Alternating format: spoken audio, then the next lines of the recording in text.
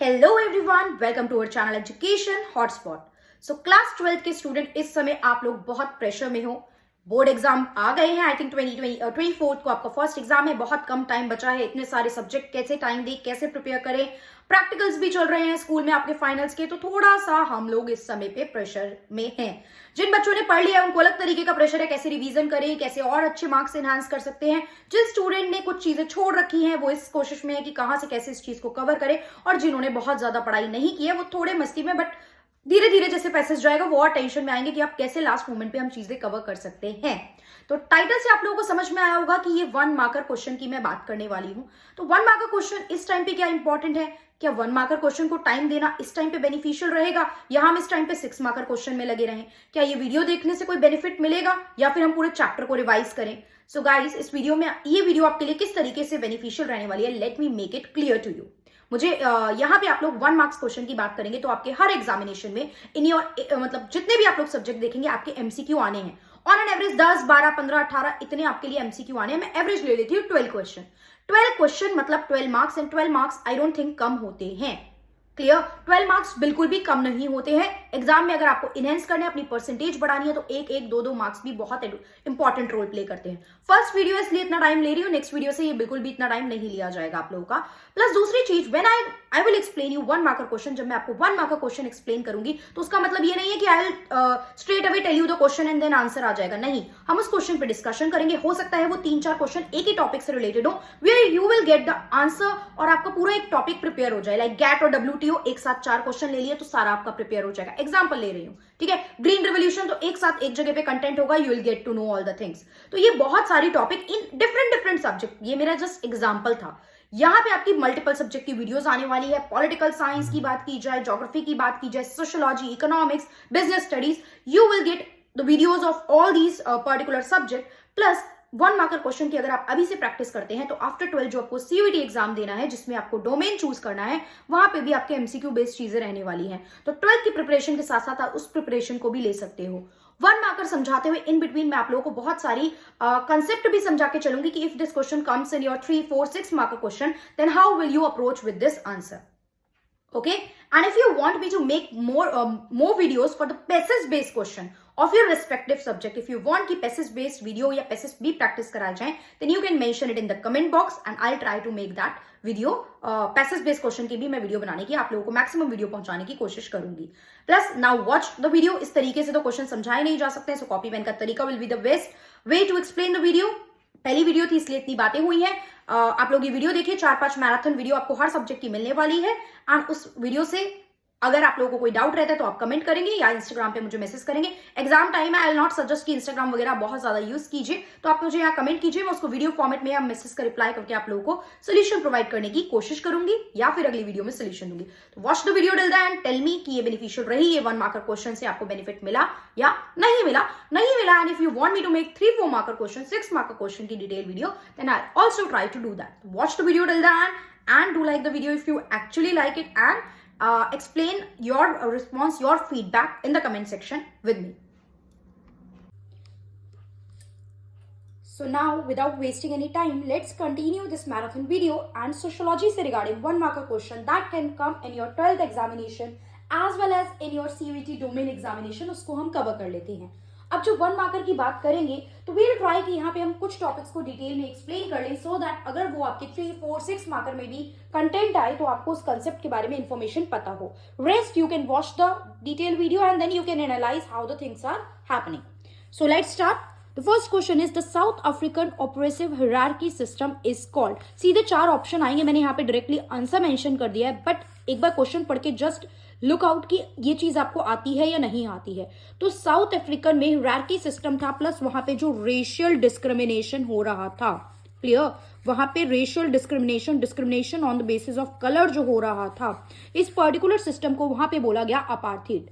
अब आपके पास fill in the blanks नहीं आते हैं, इनकेस आएंगे भी तो 4 ऑप्शन आते हैं। MCQ means multiple choice question, जिन ऑप्शंस में से आपको चूज करना है, तो ये चीज आपके लिए थोड़ी आसान पड़ जाएगी। क्लियर? नेक्स्ट क्वेश्चन इज, सीधा आंसर मत देख लेना, पहले 1 by 1 जस्ट क्वेश्चन देखो। मैंने इसीलिए ये ऑप्शन और दूसरा तरीका नहीं रखा है जिससे टाइम सेव हो जाए। The initiative that also make the state accountable to the nation, जो स्टेट को मतलब कि गवर्नमेंट जो आपकी है उसको नेशन के लिए, मतलब कंट्री और उसमें रहने वाले लोगों के लिए, जो आपकी सोसाइटी में लोग रह रहे हैं, आपका पूरा नेशन है जो लोगों से मिलकर बन रहा है, उसके लिए स्टेट को यानी गवर्नमेंट को आंसरेबल, अकाउंटेबल ठहराना, मतलब किसी की जवाबदेही होना। You are answerable for certain thing. आप सीधा पल्ला नहीं झाड़ सकते, हो गया तो हम क्या करें, हम क्या कर सकते हैं इसमें। नो, यू नीड, यू मतलब you are responsible to give the answer, you are accountable. तो यहाँ पे एक एक्ट आया था जिसमें आपको आंसरेबिलिटी आपकी बनती है, that is RTI, right to information act. इससे एक पार्ट कवर होगा कि ये कब आया था, 2005 में आया था। क्या ये किस तरीके का कॉन्स्टिट्यूशनल एक्ट है क्या, नहीं, ये पार्लियामेंट का एक्ट है, ये एक स्टैट्यूटरी एक्ट है। जो भी लॉ पार्लियामेंट में बिल के थ्रू एक्ट बना के पास कराए जाते हैं वो स्टैट्यूटरी लॉ या स्टैट्यूटरी एक्ट हो जाते हैं। आपको पता है पार्लियामेंट में लोकसभा होती है, राज्यसभा होती है, एंड पार्लियामेंट में मिस और मिस प्रेसिडेंट भी होते हैं, मिस्टर एंड मिस। तो बिल लोकसभा राज्यसभा मेजोरिटी से पास करते हैं, देन प्रेसिडेंट जब साइन कर देते हैं तो वो बिल एक्ट बनता है, then that bill becomes act, वो बिल फिर एक्ट बन जाता है। तो ये जो RTI था ये एक पार्लियामेंट का एक्ट था जिसने कुछ रूल्स और प्रोसीजर सेट करे regarding the citizen right to information. Means if you want to ask something, if you want to know something, then you can fill the RTI, government को आप भेजोगे and government will answer to that particular thing unless and until that question is not related to some international affair or nation securities। अगर ऐसा कुछ matter नहीं है, मतलब आप ये नहीं पूछ सकते हो कि हम तो गवर्नमेंट को मेल डाल रहे हैं, बताओ आप अगली सर्जिकल स्ट्राइक कहाँ करने वाले हो, बताओ आप क्या प्लान कर रहे हो दूसरी कंट्री के अगेंस्ट, या कुछ चाइना ये कर रहा है तो क्या आपके कुछ प्लान्स हैं उसके लिए। तो दैट लाइक इस तरीके की चीजें नहीं, बट अगर एक लॉजिकल चीज विच इज इन फेवर या आपके कुछ रिलेटेड है आपसे सिटीजन से डायरेक्टली और indirectly, then you can ask about that. Next is the chief architect of the Indian constitution. अब देखिए BR अम्बेडकर, हमें पता है इन्हें फादर ऑफ द कॉन्स्टिट्यूशन भी बोला जाता है। अब फादर ऑफ कॉन्स्टिट्यूशन का ये मतलब नहीं है कि इन्होंने कॉन्स्टिट्यूशन का एक एक वर्ड अपने हाथ से लिखा था। आपका जो ओरिजिनल कॉन्स्टिट्यूशन है दैट इज हैंड रिटन, और हमारा जो आपका हैंड रिटन कॉन्स्टिट्यूशन है ये लिखा था प्रेम बिहारी नारायण सिंह रायजादा ने। Okay, that is not important, वो क्वेश्चन नहीं आएगा। The person name is Prem Bihari Narayan Singh Raizada, he was a great calligrapher. तो उन्होंने पूरा कॉन्स्टिट्यूशन अपने हाथ से लिखा था। लेकिन क्यों फिर BR अम्बेडकर का नाम फादर में आ रहा है? देखिए, जब कॉन्स्टिट्यूशन लिखा गया तो बहुत सारी अलग अलग कमीशन और कमिटीज बनाई गई जिन्हें बोला गया,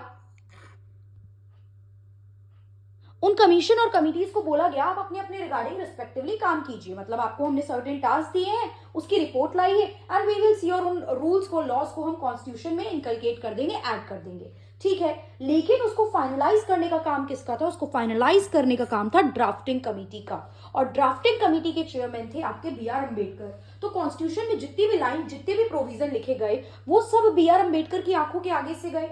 जो भी चेंज वो चाहते थे वो चीज उन्होंने आगे रखी और उस चेंज को इनकलकेट किया। सो यहाँ पे दैट्स व्हाई ये चेयरमैन ऑफ ड्राफ्टिंग कमिटी भी थे, और इसीलिए इन्हें father of the Indian constitution भी बोला जाता है। क्लियर? कॉन्स्टिट्यूशन बनाने का काम किसने किया था? अब देखो, एक टॉपिक से I am trying to cover multiple thing here. एक बॉडी बनी थी that is constituent assembly. Clear? आगे मैं आपको इनके टेम्परेरी और परमानेंट चेयरमैन के नाम भी बताऊंगी, प्रेसिडेंट के। कॉन्स्टिट्यूएंट असेंबली को ये काम दिया गया था कि वो लोग कॉन्स्टिट्यूशन लिखेंगे। अब आप लोग मुझे कमेंट करके बताएंगे, टाइम लीजिए, पॉज कर दीजिए वीडियो को एंड कमेंट बॉक्स में बताइए that who is the temporary president of the constituent assembly and who is the permanent president of the constituent assembly. Clear?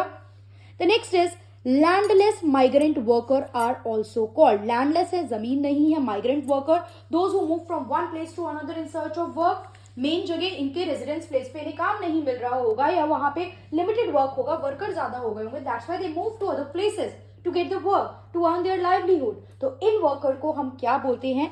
They are known as footloose labour. देखिए, I am trying, सीधी बात, no बकवास करने की पहली video थी, इसलिए starting में फिर भी हम लोगों ने थोड़ा सा इंट्रोडक्शन और ये सारी चीजें बात की है। रेस्ट अगली वीडियो से सीधा सीधा बातें करेंगे और इसी तरीके से पूरी वीडियोस और टॉपिक को हम लोग कवर अप करेंगे। Is it okay? चलिए नेक्स्ट बात करते हैं। Demography is the study of, this is very direct question, demography, ठीक है। डेमोज एंड ग्राफी, तो मतलब यहाँ पे जो बात की जाती है, graphy is study, graphy is study, population की स्टडी करना क्या कहलाता है? डेमोग्राफी कहलाता है। Demography is study of population. Next is the establishment of rule by one country over another is, एक कंट्री जब किसी दूसरे पे अपना रूल स्टैब्लिश कर लेती है, किसी की पॉलिटी, किसी की इकोनॉमी, मतलब दूसरी कंट्री को कॉन्कर कर रहे हो, तो ऑब्वियस सी बात है the political decision, economic decision और एक हद तक सोशली इन्वॉल्वमेंट भी आपका हो जाता है। तो इस पर्टिकुलर प्रोसेस को क्या कहा जाता है? कॉलोनिज्म। ठीक है, जिस तरीके से ब्रिटिशर्स ने इंडिया को अपनी कॉलोनी बनाया इतने लंबे समय तक, कॉलोनिज्म का इंपैक्ट भी आपके इस पर्टिकुलर सब्जेक्ट में आपको बताए गए हैं। Positive impact as well as negative हमने दोनों फेस करे हैं, राइट? ब्रिटिशर यहाँ आए, उसके पॉजिटिव इंपैक्ट भी हमारे पास रहे हैं जो आज तक हमारे साथ है, और नेगेटिव भी रहे हैं। ऑब्वियस बात है, किसी के अंडर रहोगे तो डेवलप वो लोग करेंगे, आप थोड़ी उतना डेवलप कर पाओगे, आप तो बिल्कुल एक्सप्लॉइटेड पर्सन रहोगे ना। तो ये चीज थी। The Indian system of parliament and education are based on, जो हम पार्लियामेंट फॉलो करते हैं और एजुकेशन सिस्टम जो आपने लिया वो किस चीज पे बेस्ड है? अगेन आ गया ना पॉजिटिव इंपैक्ट। तो ये तो आज तक आप फॉलो कर रहे हो, तो कुछ पॉजिटिविटी है, कुछ पॉजिटिव फैक्टर है, तो ये आपने कहां से लिया? ब्रिटिशर से। जब इंडियन कॉन्स्टिट्यूशन बना तो हमने बाहर के कॉन्स्टिट्यूशन को देखा, बिकॉज हम यार आजाद हुए इतने लंबे समय के बाद, कॉन्स्टिट्यूशन बनाने में इतना टाइम लग रहा था, हमारी कंट्री में इतनी डाइवर्सिटी थी, वी कैन नॉट अफोर्ड कि कॉन्स्टिट्यूशन फेल हो जाए फिर कोई आके हमें कैप्चर कर ले, ये बहुत सारे लूप होल्स रह जाए। दैट्स वाई हमने अच्छा खासा टाइम लिया और आपका कॉन्स्टिट्यूशन बनने में टोटल लगे 2 साल 11 महीने और अप्रॉक्स 17 to 18 डेज। ठीक है, इतना टाइम लग गया था, ऑलमोस्ट 3 साल ही मानो कॉन्स्टिट्यूशन बनने में लग गए थे। तो इसमें आपने अलग अलग जगह से बाकी कंट्रीज की कुछ कुछ चीजें दैट इज बेटर, उनको अपनी कंट्री में सीधा एज इट इज उठा के कॉपी पेस्ट नहीं करा, बिकॉज आपकी कंट्री में चीजें डिफरेंस हैं, डाइवर्सिटी वगैरह और अलग अलग रिलीजन, रीजन, एथनिसिटी के लोग रहते हैं, तो आपने उनको थोड़ा तोड़ा मरोड़ा और देन उसको इम्प्लीमेंट करा। तो यही जो आपका पार्लियामेंट सिस्टम और एजुकेशन सिस्टम है वो ब्रिटिशर से लिया गया। फंडामेंटल राइट आपने कहां से बोरो करे हैं ये आप मुझे बताएंगे। डीपीएसपी आपने बोरो करे हैं, that is directive principle of state policy. Fundamental duties, ठीक है, ये सब जो भी कॉन्स्टिट्यूशन में चीजें आपने कहीं ना कहीं से कुछ कुछ चीजें बोरो करी हैं। Rest part, majority of the part of the constitution जो है आपका, जो मेजोरिटी ऑफ द चीजें आपने कॉन्स्टिट्यूशन में ली हैं वो आपने मेजोरिटी ऑफ द थिंग्स ली हैं किससे? गवर्नमेंट ऑफ इंडिया एक्ट 1935, जो लास्ट एक्ट ब्रिटिशर लेके आए थे। लास्ट तो वैसे इंडिपेंडेंस 1947 में भी आया, लेकिन ये 1935 में बहुत सारी बातें लिखी थी जिसमें से आपने कॉन्स्टिट्यूशन का मेजोरिटी ऑफ द पार्ट जो है वो लिया है। क्लियर? नेक्स्ट देखिए, the branch of management theory की वो branch that seeks to increase productivity, जिससे प्रोडक्टिविटी बढ़ेगी। मतलब प्रोडक्टिविटी होता है, जैसे वर्कर की बात करते हैं तो वो 1 घंटे में कितना आउटपुट दे पा रहे हैं, कितनी यूनिट्स बना पा रहे हैं, we need to try to increase their productivity, ये प्रोडक्शन होता है। किसान खेती कितनी कर रहा है एक पर एरिया, मतलब per square kilometre, per hectare of land में, दैट इज प्रोडक्टिविटी। ठीक है, प्रोडक्टिविटी मीन्स पर यूनिट चीजें।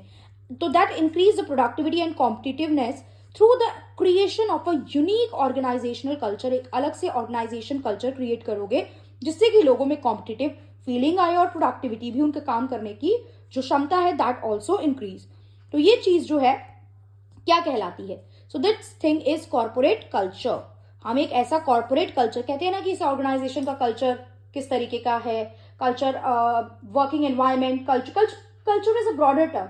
तो जब आप कल्चर को कॉर्पोरेट के साथ ज्वाइन कर रहे हो तो ये भी एक अपने आप में ब्रॉडर टर्म हो जाएगी। जिस जगह, जिस ऑर्गेनाइजेशन से आप जुड़े हो, उस कॉर्पोरेट का कल्चर कैसा है, मींस वर्किंग आवर, हॉलीडेज कितनी मिल रही हैं, काम करने का टाइम और द वे वर्क का क्या है, शॉर्ट गैप्स मिल रहे हैं नहीं बीच में, तो बहुत ब्रॉडर टर्म हो जाता है ये कॉर्पोरेट कल्चर भी आपका। Next is demographic dividend is related to the people of. Demographic dividend जो आप वर्ड यूज करते हो, सबसे पहले तो ये डिटेल में समझो और यहीं पे मैं आपको थ्योरी ऑफ डेमोग्राफिक डिविडेंड भी समझाऊंगी, जिससे कि आपका ये 5 से 6 नंबर का टॉपिक अगर एग्जाम में आ गया तो वो भी कवर हो जाएगा। Demography is population, dividend is extra, मतलब सरप्लस, कोई चीज जो प्रॉफिट में है। तो आपकी जो पॉपुलेशन एक्स्ट्रा है, एक्स्ट्रा जो भी होगी प्रॉफिट में कब होगी? जब वो कामकाजी होगी। जो इंसान काम नहीं कर रहा होता वो हमारे ऊपर बर्डन बन जाता है ultimately. So we need the people जो थोड़ा काम करें और कंट्रीब्यूट करें। तो कंट्री के लिए वो लोग ज्यादा बेनिफिशियल हैं जो वर्क कर पाएंगे, जो वर्किंग क्लास, वर्किंग एज से बिलोंग करते हैं और जो आउटपुट दे पाएंगे और ग्रोथ में यानी जीडीपी में कंट्रीब्यूट कर पाएंगे। तो वर्किंग क्लास की जो लिमिट है that is 15 to 59 year. Below this भी बच्चे कंसीडर किए जाते हैं एंड आफ्टर दिस आपकी ओल्ड एज आ जाती है। ऐसा नहीं है 59 से ऊपर वाले काम नहीं कर रहे हैं, ठीक है, लेकिन स्टिल ये जो है ये मेन वर्किंग एज जो है मानी जाती है। और ये भी स्टेटमेंट दी गई है कि अगर इस एज में आपको अच्छे से एजुकेट अवेयर कर दिया जाए तो आने वाले 2030 तक अगर हम एजुकेशन लोगों को अवेयर करने में अगर स्पेंड कर दें और उस चीज पे फोकस कर ले तो 2050 तक इंडिया जो है वो one of the leading economy बन जाएगा। ये इंटरनेशनल लेवल फोरम के थ्रू बोली गई बात है। लेकिन हमारी यूथ क्या कर रही है, रटने में बिजी है चीजें। हमारी यूथ क्या कर रही है, टिकटॉक आ रहा है तो पगला रही है, यूट्यूब शॉर्ट्स आ रहे हैं तो सेलिब्रिटी बनने के पीछे पागल हो रहे हैं, कभी ब्लू व्हेल गेम आ रहा है, ठीक है, कभी कुछ तो डिफरेंट डिफरेंट चीजें आ ही रही हैं और आप उसमें एंगेज होते जा रहे हैं सब लोग। प्रोडक्टिविटी वाली चीजों में ना गवर्नमेंट बहुत ज्यादा अभी एजुकेशन में चेंज ला पा रही है, ना एक्चुअली में हम उस चीज में इतना सीरियस हो पा रहे हैं। और स्टिल एजुकेशन पॉलिसी भी आई तो ऑन ग्राउंड इंप्लीमेंटेशन में नहीं आ पाई है। पेपर में तो 2020 में ही आ गई थी 2020 education policy this and that, but वो इंप्लीमेंटेशन में अब तक पूरी तरीके से नहीं आ पाई है। बढ़िया धीरे धीरे चीजें इंप्लीमेंट हो रही हैं। थ्योरी ऑफ डेमोग्राफिक डिविडेंड की बात करते हैं तो यहाँ देखिए, यहाँ मैं लिख रही हूँ बर्थ रेट, यहाँ लिख रही हूँ डेथ रेट। ध्यान से देखेंगे 3 स्टेजेस होती हैं इसकी, स्टेज 1, स्टेज 2, स्टेज 3। वैसे जो मैंने सोशियोलॉजी के चैप्टर समझाए हैं वहां ये बात बताई है। स्टेज 1 में बर्थ रेट ज्यादा, डेथ रेट ज्यादा। स्टेज 3 में दोनों कम। स्टेज 2 में बर्थ रेट ज्यादा and death rate come. Birth rate death rate ज्यादा, बर्थ रेट ज्यादा होने का मतलब है कि आपके यहाँ पे एजुकेशन कम है और लोगों में अवेयरनेस भी कम है। आपके यहाँ पे लोग एजुकेट नहीं है और अवेयर नहीं है, तो ये अच्छी सिचुएशन नहीं है। डेथ रेट ज्यादा मतलब health facilities up to the mark नहीं है, ये भी एक अच्छी सिचुएशन नहीं है। तो इस तरीके की जो आपकी स्टेज 1 में इकोनॉमी फॉल करेंगी, जो कंट्री फॉल करेंगी, वो अंडर डेवलप्ड कंट्री होंगी। क्या होंगी? दे आर अंडर डेवलप्ड, ये इतनी डेवलप्ड नहीं है। नेक्स्ट, जब बर्थ रेट डेथ रेट दोनों कम, दिस इज गुड इंडिकेटर, मतलब आपके यहाँ पे एजुकेशन भी अच्छी है और लोग अवेयर है, पढ़े लिखे हैं, तभी बर्थ रेट कंट्रोल में है, दिस इज गुड।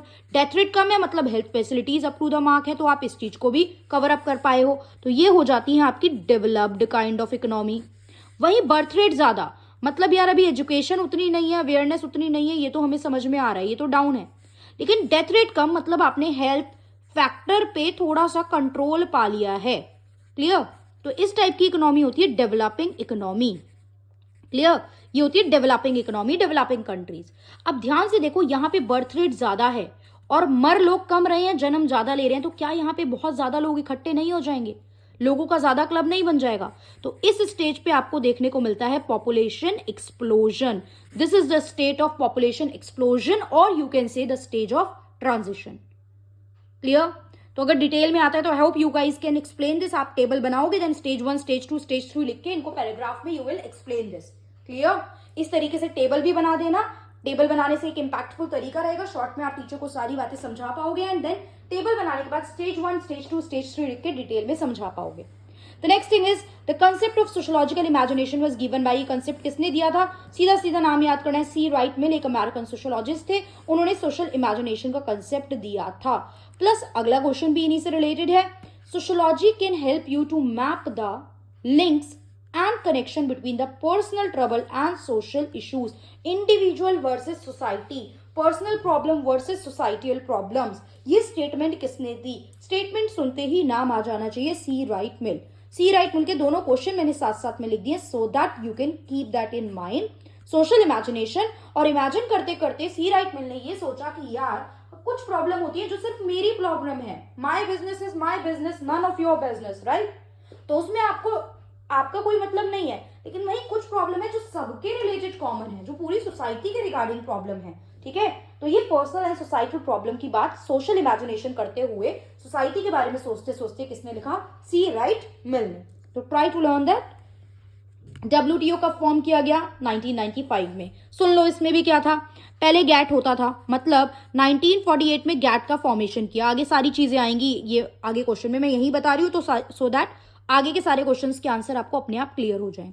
1948 में गैट को स्टैब्लिश करके ये बोला गया कि अगर कभी भी आपको इंटरनेशनल ट्रेड करना है, कंट्रीज को आपस में ट्रेड करना है, तो एक एग्रीमेंट साइन करो, मतलब लीगली तरीके से सारे लोग पेपर वर्क करके फॉर्मल तरीके से काम करो, तो आप ये एक एग्रीमेंट साइन करोगे। And the full form of GATT is general agreement on trade and tariff. आगे आएगी general agreement on trade and tariff. एक एग्रीमेंट करो एंड देन ट्रेड करो, कोई प्रॉब्लम ही नहीं है। ठीक है?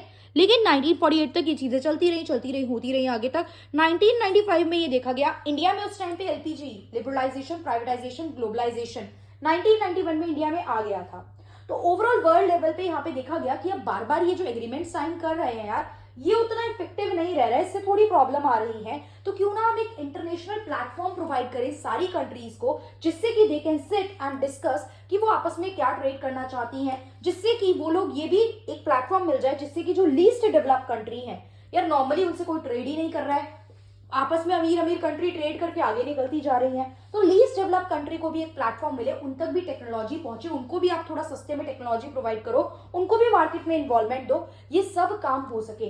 ट्रेड रिलेटेड दो कंट्री में कोई डिस्प्यूट हो गया तो ये भैया ये ऑर्गेनाइजेशन, ये संस्था आपकी डिस्प्यूट को सॉल्व करने की ट्राई करेगी, ये देखेगी कैसे डिस्प्यूट सॉल्व करना है। सो दैट ऑर्गेनाइजेशन जो 1995 में बनाई गई, दैट वाज WTO। पहले क्या था गैट, फिर क्या बन गया WTO। WTO का हेडक्वार्टर कहाँ है? It is in Geneva. Clear? Next देखो ये सारी कहानी बताइए। Full form of GATT, general agreement on trade and tariff. GATT 1995 में WTO बन गया। 1991 में इंडिया में रिफॉर्म इंट्रोड्यूस किए गए थे जिनको बोला न्यू इकोनॉमिक रिफॉर्म ना ऑफ 1991, जिसमें 3 चीजें आई थी, that is LPNG, liberalisation, privatisation and globalisation. Clear? What does LPG में P stand for? It is privatisation. L stand for liberalisation. L जो था लिबरलाइजेशन आया था किसको हटा के? पहले होता था लाइसेंस, लाइसेंस को हटा के क्या आया? लिबरलाइजेशन। फिर क्या होता था? कोटा होता था, मतलब गवर्नमेंट के लिए रिजर्व होती थी चीजें, कोटा को हटा के क्या आया?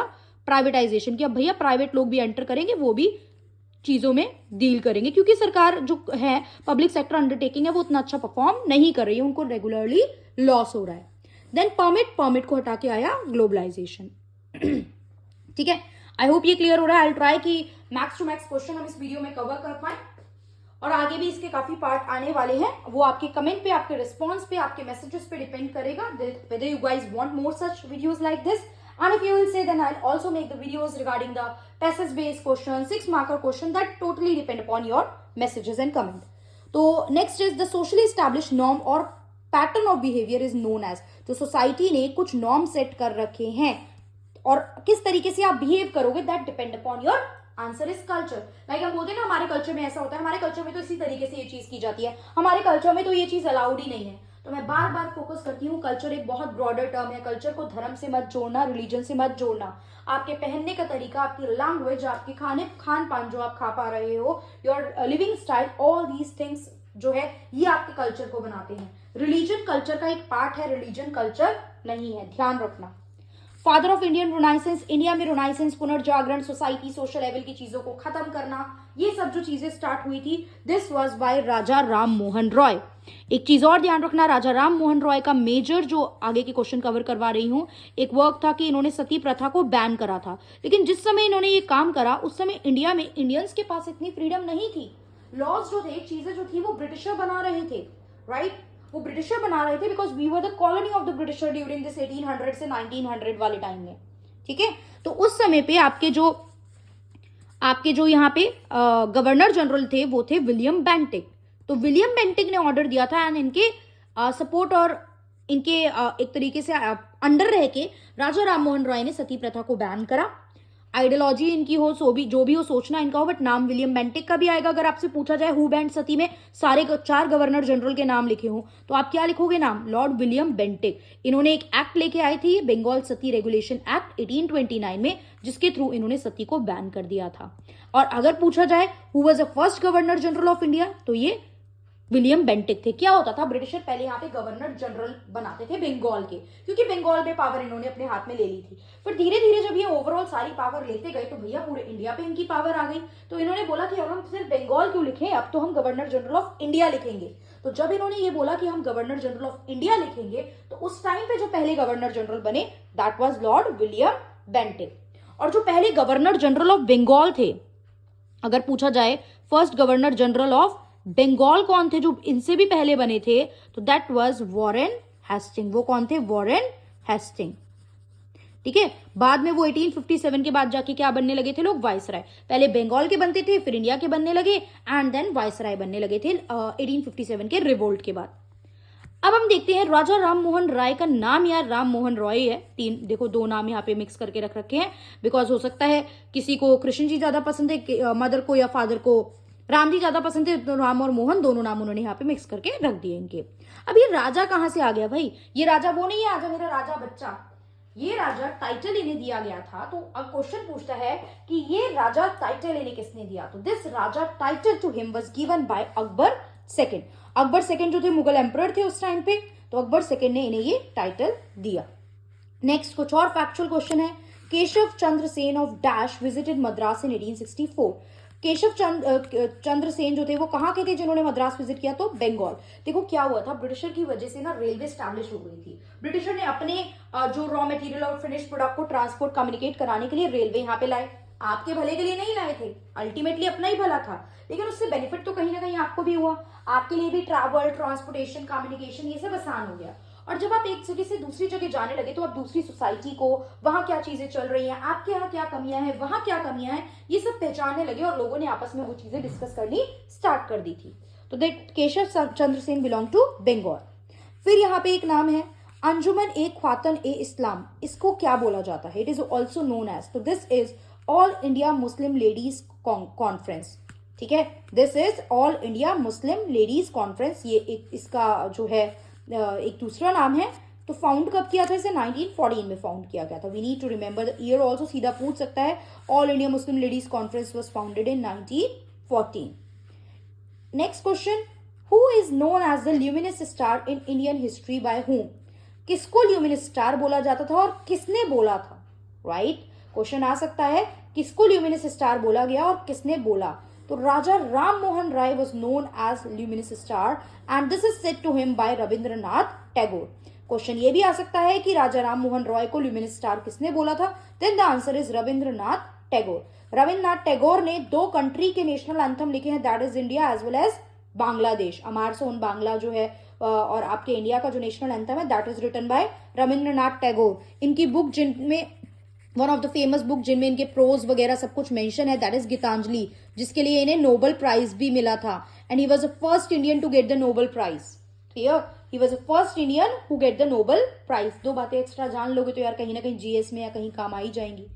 ठीक है, who was the first to paint nuclear family? पहले सोसाइटी में जॉइंट फैमिली का सिस्टम था, तो जॉइंट फैमिली चलती थी।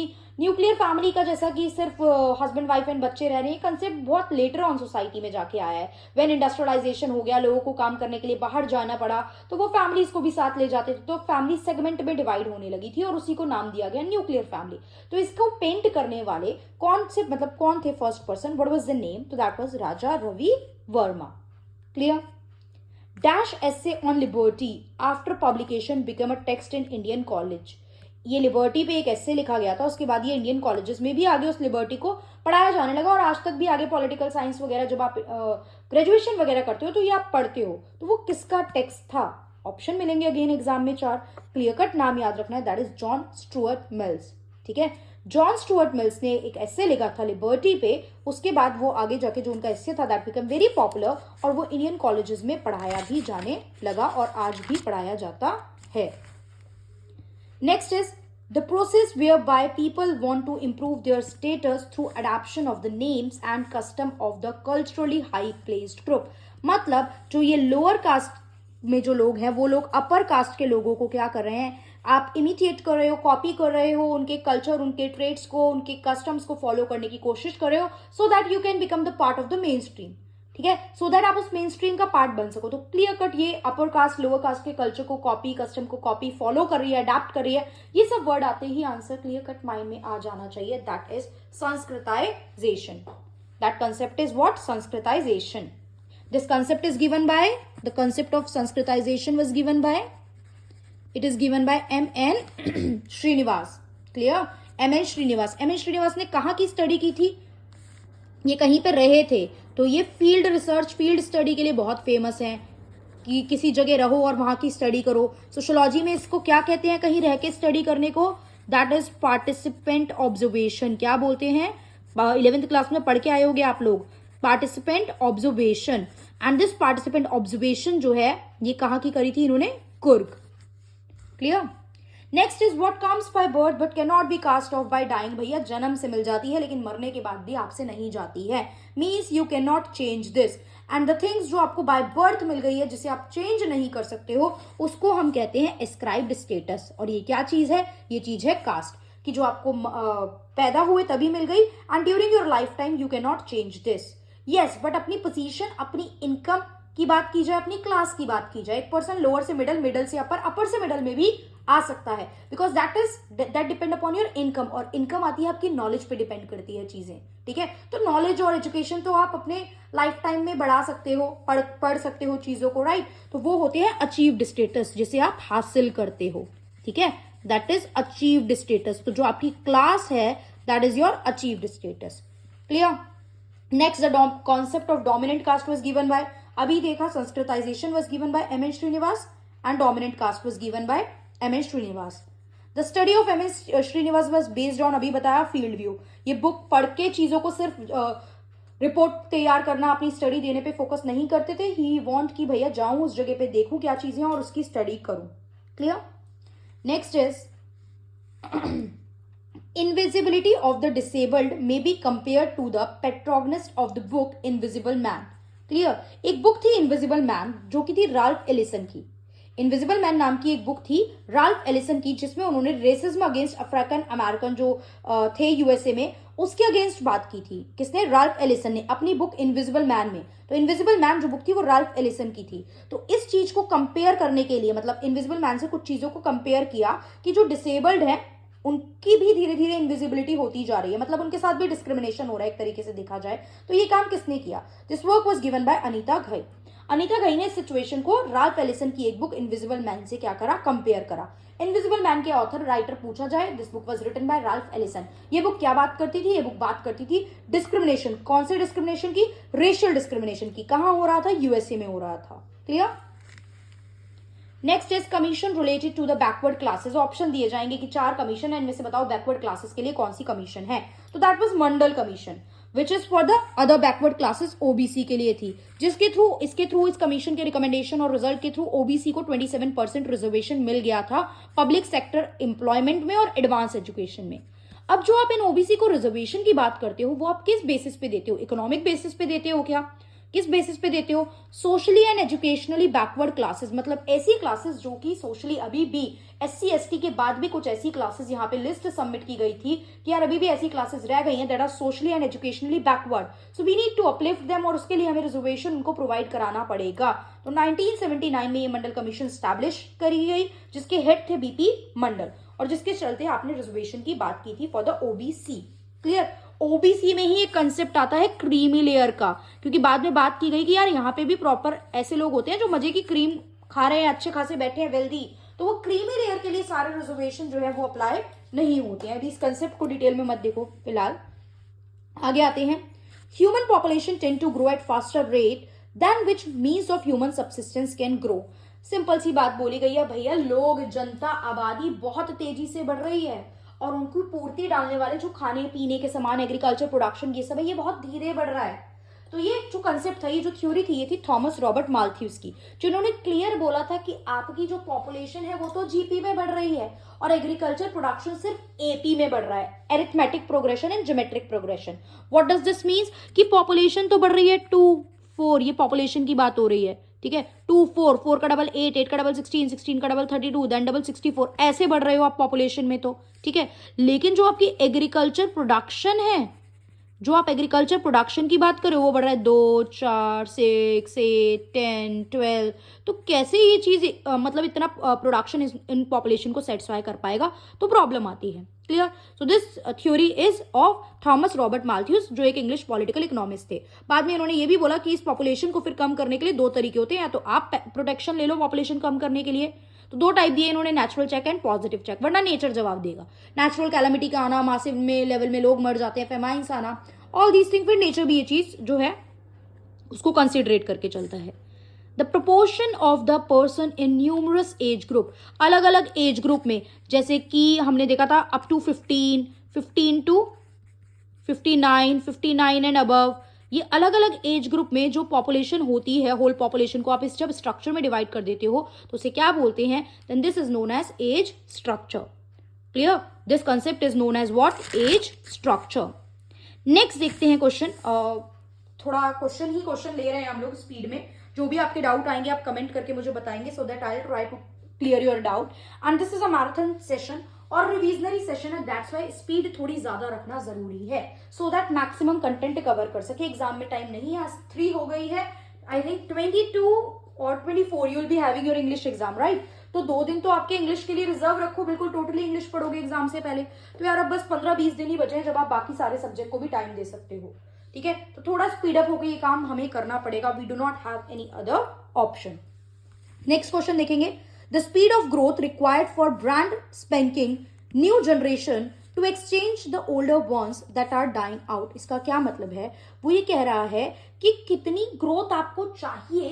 कुछ लोग जन्म भी ले रहे हैं तेजी से और कुछ लोग मर भी रहे हैं, तो मरने वालों को कुछ नए जन्म लेने वाले रिप्लेस कर देते हैं ना, राइट। कुछ सोसाइटी से पॉपुलेशन कम हो रही है तो कुछ नई भी आ रही है, तो उनको रिप्लेस कर दिया जाता है। So this concept is known as what? This concept is known as replacement level. Next is girls have biological advantage but dash disadvantage over man. Biological advantage क्या होती है कि कहा जाता है कि इनका इम्यून सिस्टम कंपैरेटिवली थोड़ा ज्यादा होता है एज कंपेयर टू बॉयज।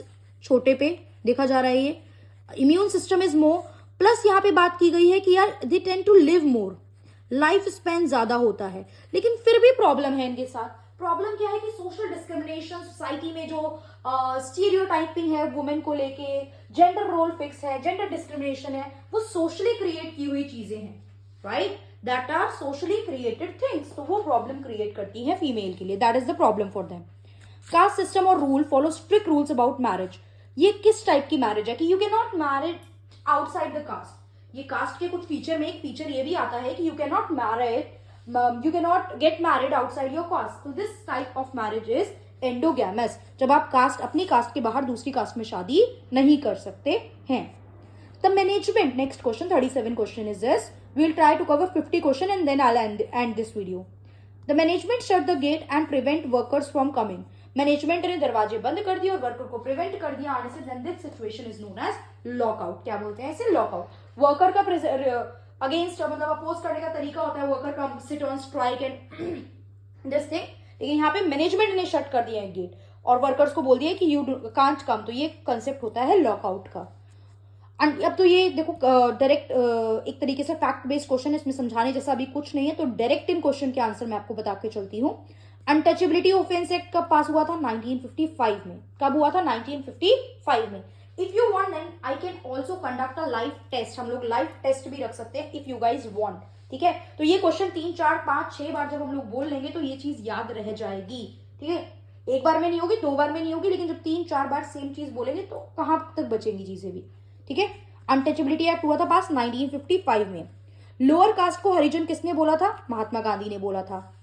अब next, custom of having more than 1 wife. हर जगह नहीं है बट मोर देन 1 वाइफ का कंसेप्ट स्टिल प्रेवलेंट समवेयर, बहुत रेयर है आज की डेट में, तो रूल्स आ गए हैं। लेकिन तो ये जो कस्टम एक से ज्यादा वाइफ रखने का है एक ही टाइम पे, दैट इज पॉलीगैमी। और वहीं अगर अपोजिट कर दें तो एक से ज्यादा हस्बैंड रखने का कंसेप्ट है पॉलीएंड्री। लाइक द्रौपदी एग्जाम्पल ले लो पहले के टाइम में, ठीक है। Polygamy and andry, gamy is more wife, andry is more husband. Gamy मानो थोड़ा लड़कियों वाला नाम है तो more wife, andry is like boys name. इस तो कुछ खास डिफरेंस पता नहीं चल रहा है, नॉनसेंस वे था ये लर्न करने का, बट ठीक है। Gamy is for more wife, andry is for more husband. Traditional personal law system popular in Bengal. Option दिए जाएंगे आपको, दया भागा, मिताक्षरा, तो हर जगह के ना अलग अलग रूल्स एंड लॉज होते हैं। आपका एक कंसेप्ट होता है हिंदू अनडिवाइडेड फैमिली।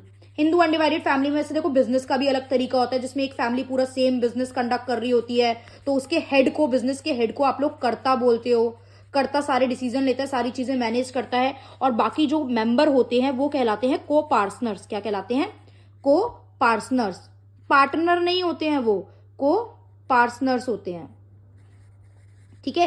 पूछा जाए वो मेंबर जो उस बिजनेस का हेड होता है वो कर्ता होता है जो मेन, और हेड कौन होता है? Senior most member of the family. जैसे फॉर एग्जांपल दादाजी इज अलाइव तो दादाजी होंगे कर्ता, रेस्ट आपके पापा, ताऊ, चाचा वगैरह ये क्या हो जाएंगे? ये हो जाएंगे इसके को पार्टनर्स, ठीक है। और इसमें इस टाइप के बिजनेस में कोई भी जो नया मेंबर जन्मा है वो बाय बर्थ ही को पार्टनर बन जाता है, ये नहीं कि उसे 18 की एज का होना है या समथिंग लाइक दैट, ठीक है। तो जो ये वेस्ट बंगाल में सिस्टम फॉलो होता है, वेस्ट बंगाल में सिस्टम को हम बोलते हैं Dayabhaga. And other than West Bengal, Bengal और असम में जनरली दया भागा बोला जाता है। एंड अदर देन दैट इस सिस्टम को बोला जाता है मिताक्षरा। क्या बोला जाता है? Mitakshara. Clear? Next question, the word caste come from. देखो कास्ट वर्ड बहुत बार सुन रहे हो, कास्ट, कास्ट के फीचर, दिस एंड दैट। तो कास्ट वर्ड इंडिया में पहले भी था, लेकिन यहाँ पे पहले ना इसको आप लोग क्या वर्ड यूज करते थे कास्ट के लिए? कास्ट के लिए हम लोग यूज करते थे जनरली जना वर्ड यूज कर रहे हो आप, ठीक है, या फिर वर्ना सिस्टम यूज होता था। आर्यंस वार्यंस के टाइम पे, वैदिक सिस्टम के टाइम पे, आर्यन एंड वैदिक सिस्टम के टाइम पे हम लोग यूज करते थे वर्ड वर्ना। वर्ना सिस्टम है जो ये कास्ट होता है, ब्राह्मण, देन क्षत्रियास, देन वैश्य, देन शूद्रा, ये डिवीजन, ठीक है, ये डिवीजन जो कि कहलाती है कि ये काम के बेसिस पे होती है कि भैया हमने काम के बेसिस पे बांटा है। एंड एक्चुअली में द थिंग वाज दैट वर्ण आर्यन एंड वैदिक कल्चर के टाइम पे काम के बेसिस पे ही बांटा गया था। ये नहीं जो ब्राह्मण के घर पैदा हो गया वो ब्राह्मण हो गया, नहीं। जो पूजा पाठ का काम करता है उसे ब्राह्मण कहते थे, जो मोची और ये सब वाला काम कर रहा है वो नीचे शूद्रास वाली, मतलब जो कॉबलर है, कारपेंटर है, ऐसे जितने बढ़ई बढ़ई ये सब कास्ट होती थी। और ये डिपेंड करता था कि वो काम आप कर रहे हो, that's why you are that. ये तो फिर सोसाइटी में इतना डीपली भर दिया गया ना कि कास्ट एक रिजिड सिस्टम है, कास्ट एस्क्राइब्ड स्टेटस होती है कि you can not change your cast. धीरे धीरे ये चीज, ये पेट्रोनेज एक तरीके से फैला दी गई। कहा भी जाता है ना कि it is a caste is a Brahmanical child that grow in the lap of the river Ganga. एक ब्राह्मणिकल चाइल्ड है, मतलब ये जो टॉप में लोग बैठे थे उन्होंने अपनी पोजीशन को बचाने के लिए, होल्ड करने के लिए कुछ फॉल्स नैरेटिव फैलाए सोसाइटी में और उसको आगे इतना ग्रो कर दिया। क्लियर? तो यस, जब कास्ट सिस्टम आया, वर्ना सिस्टम आया, that was on the basis of occupation, but धीरे धीरे over the period of time चीजें बहुत चेंज हो गई थी। तो आज जो आप कास्ट वर्ड यूज करते हो वो आया था पोर्तुगीज से। पोर्तुगीज इंडिया में आ गए थे 1498 में, ट्रेड करने आए थे। पहले पोर्तुगीज वास्को डी गामा, तो पोर्तुगीज के थ्रू ये वर्ड हमारे पास आया था। हिंदू मैरिज एक्ट कब आया? 1955 में। स्पेशल मैरिज एक्ट कब आया? 1954 में। सीधे सीधे ईयर्स याद रखने हैं, 1955 एंड 54 स्पेशल मैरिज आई थी, फिर स्पेशल में से हिंदू मैरिज अलग कर दी गई।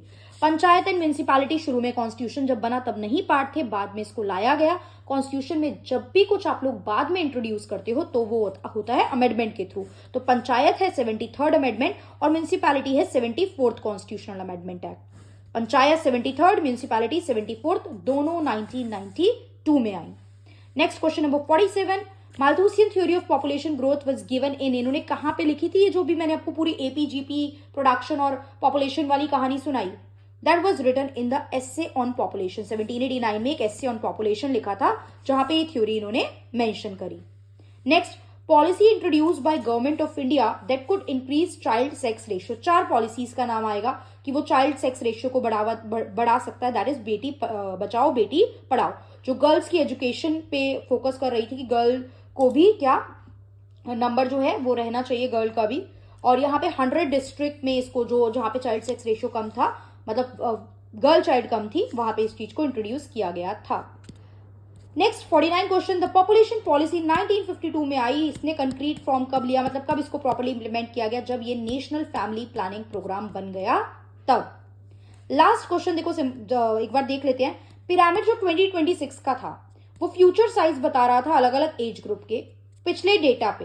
तो वो जो एस्टिमेट आप लोग करते हो उस एस्टिमेट को हम लोग क्या बोलते हैं? That estimation is known as projection. Population के अलग अलग एज ग्रुप, एज स्ट्रक्चर की बात को लेके जो भी आप लोग एस्टिमेशन कर रहे हो, तो एस्टिमेशन के लिए हम वर्ड यूज करते हैं projection. Clear? So we have completed this 50 question and the part 1 of this marathon session of class 12 sociology।